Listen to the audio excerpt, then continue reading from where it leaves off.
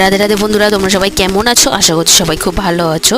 দুজনে মিলে রেডি হয়ে বাইকে করে বেরিয়ে পড়েছি। আজকে তো হসপিটালের ডেট আছে, আর জানো তো আজকে কিন্তু আমার লাস্ট 8 মাসের পেটের ফটো তোলার আছে। তো এখানে এসে দেখো বসে পড়েছি, প্রচণ্ড ভিড় ছিল, তোমাদেরকে তো আগেই দেখালাম। আর এখানে এই যে এখন চলে এসেছি ডাক্তার দেখাতে, পেটের ফটো তো তোলা হয়ে গেছে।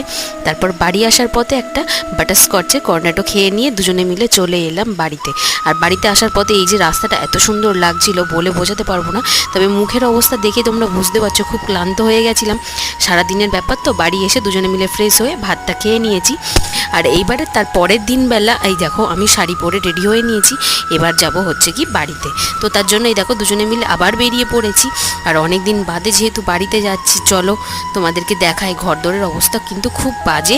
তো খাটটা প্রথমে মুছে চকচক করে নিলাম, আর তারপরে খাটের একটু তুড়ি মেরে একদম সুন্দর করে বিছানাটাকে গুছিয়ে নিলাম। কেমন লাগলো অবশ্যই জানিও। আজকের মতো এতটুকুই, টাটা।